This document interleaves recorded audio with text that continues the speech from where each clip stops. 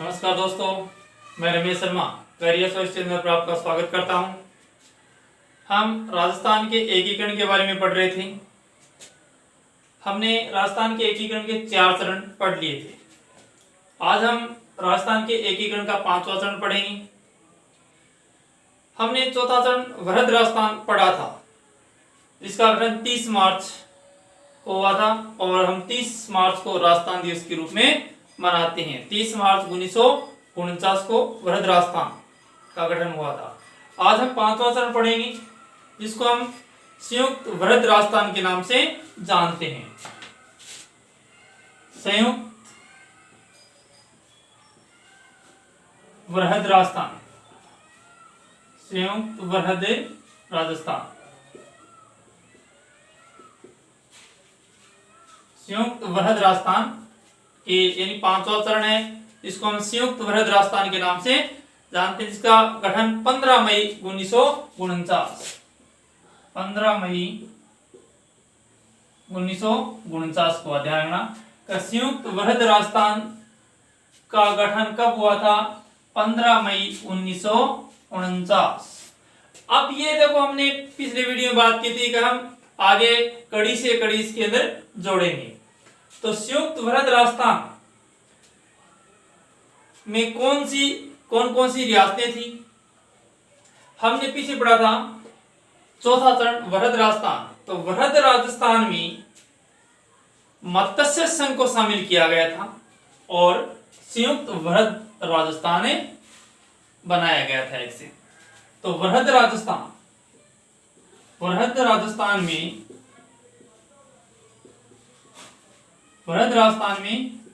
Plus कौन सा जोड़ दिया गया?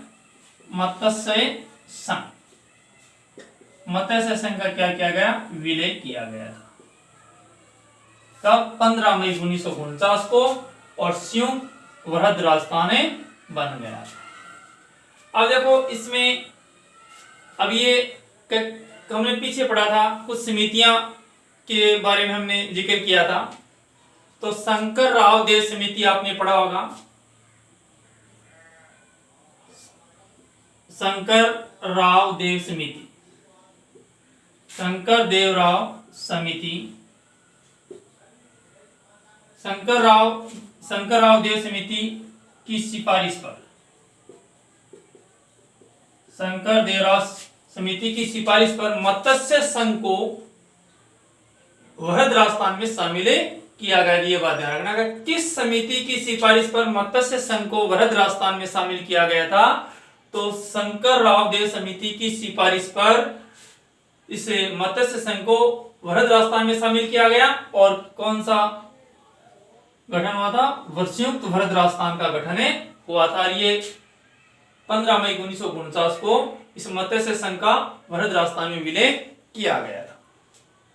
अब इसमें देखो, हमने पीछे वृहद राजस्थान के अंदर अलवर, करौली, भरतपुर, धौलपुर ये रियासतें थी मत्स्य संघ के अंदर।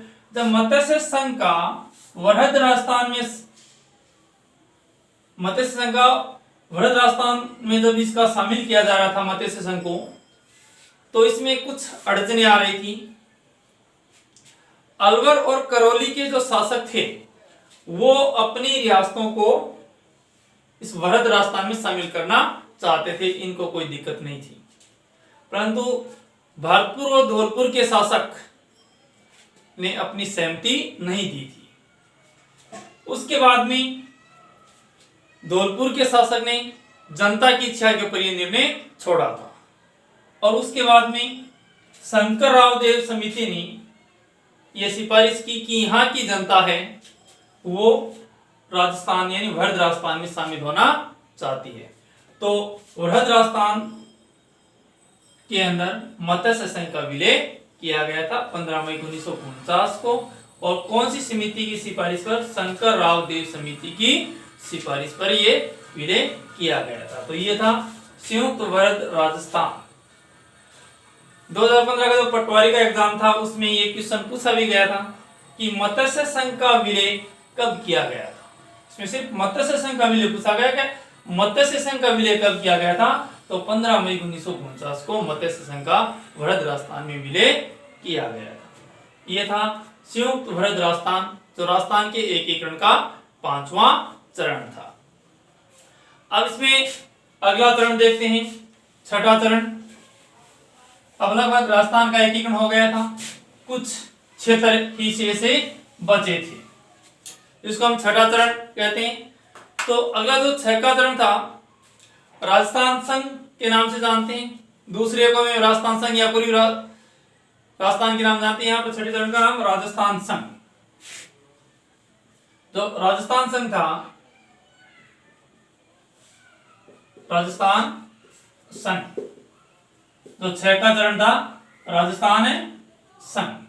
अब इस राजस्थान संघ के अंदर क्या किया गया था, जो छठा चरण था राजस्थान संघ, उस राजस्थान संघ के अंदर जो अजमेर, जो राजस्थान संघ था उसमें सॉरी अजमेर नहीं, वो सिरोही वाला क्षेत्र था, राजस्थान संघ। राजस्थान संघ का गठन 26 जनवरी 1950 को हुआ था। 26 जनवरी 1950 को। इसमें राजस्थान संघ में क्या किया गया था, सिरोही जो रियासत थी उसका विलय इसमें किया गया था। कौन कौन से सिरोही के पूरे क्षेत्र को इसमें शामिल नहीं किया गया था। जो सिरोही की 2 तहसीलें थी, आबू और दिलवाड़ा, इन 2 क्षेत्रों को छोड़कर शेष सिरोही का क्षेत्र राजस्थान में शामिल किया गया था। यानी आबू व दिलवाड़ा को छोड़कर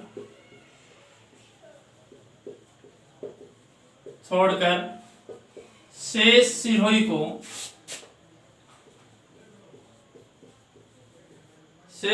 को राजस्थान में शामिल किया गया था। राजस्थान में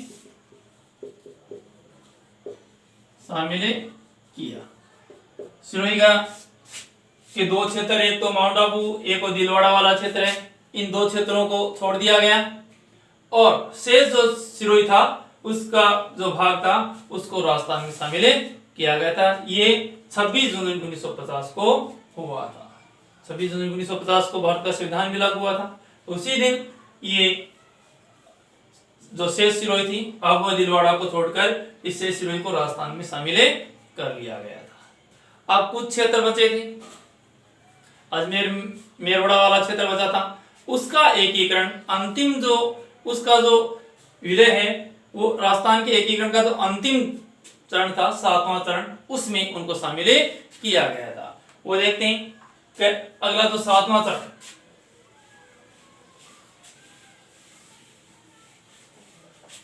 तो 7वां चरण था उसमें क्या किया गया था। 7वां चरण कब पूर्ण हुआ था, 7वां चरण 1 नवंबर 1956।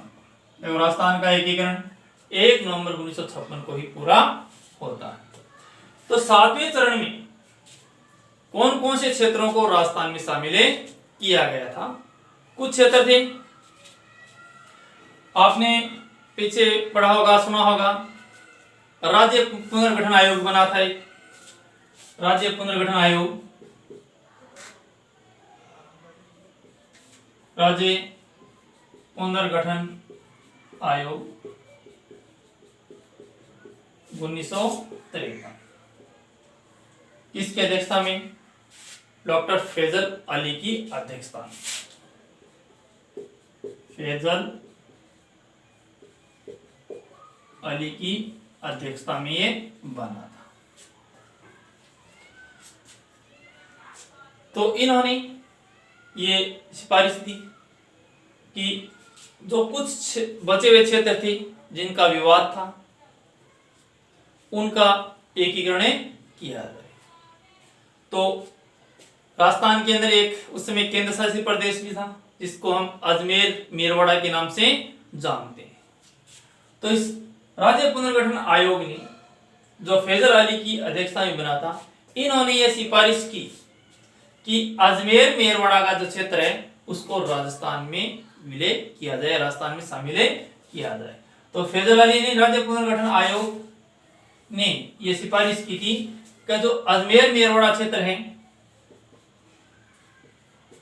अजमेर मेरवाड़ा क्षेत्र, अजमेर मेरवाड़ा को राजस्थान में शामिल किया जाए। एक तो ये अजमेर मेरवाड़ा के बारे में इसने ये राज्य पुनर्गठन आयोग ने सिफारिश की थी। उसके बाद में जो सिरोही के कुछ क्षेत्र बचे हुए थे, यानी 2 क्षेत्र जो राजस्थान में उसमें शामिल नहीं किए गए थे, एक आबू व दिलवाड़ा, दिलवाड़ा को राजस्थान में शामिल किया गया।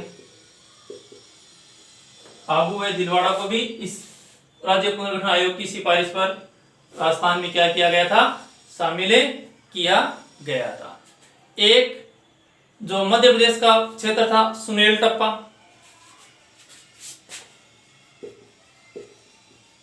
सुनेल टप्पा को राजस्थान में शामिल किया गया, यानी सुनेल टप्पा को भी राजस्थान में शामिल।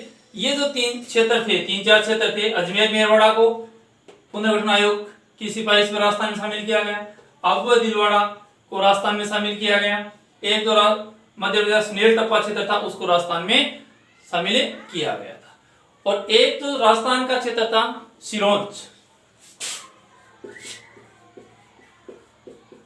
सिरोंज को मध्य प्रदेश में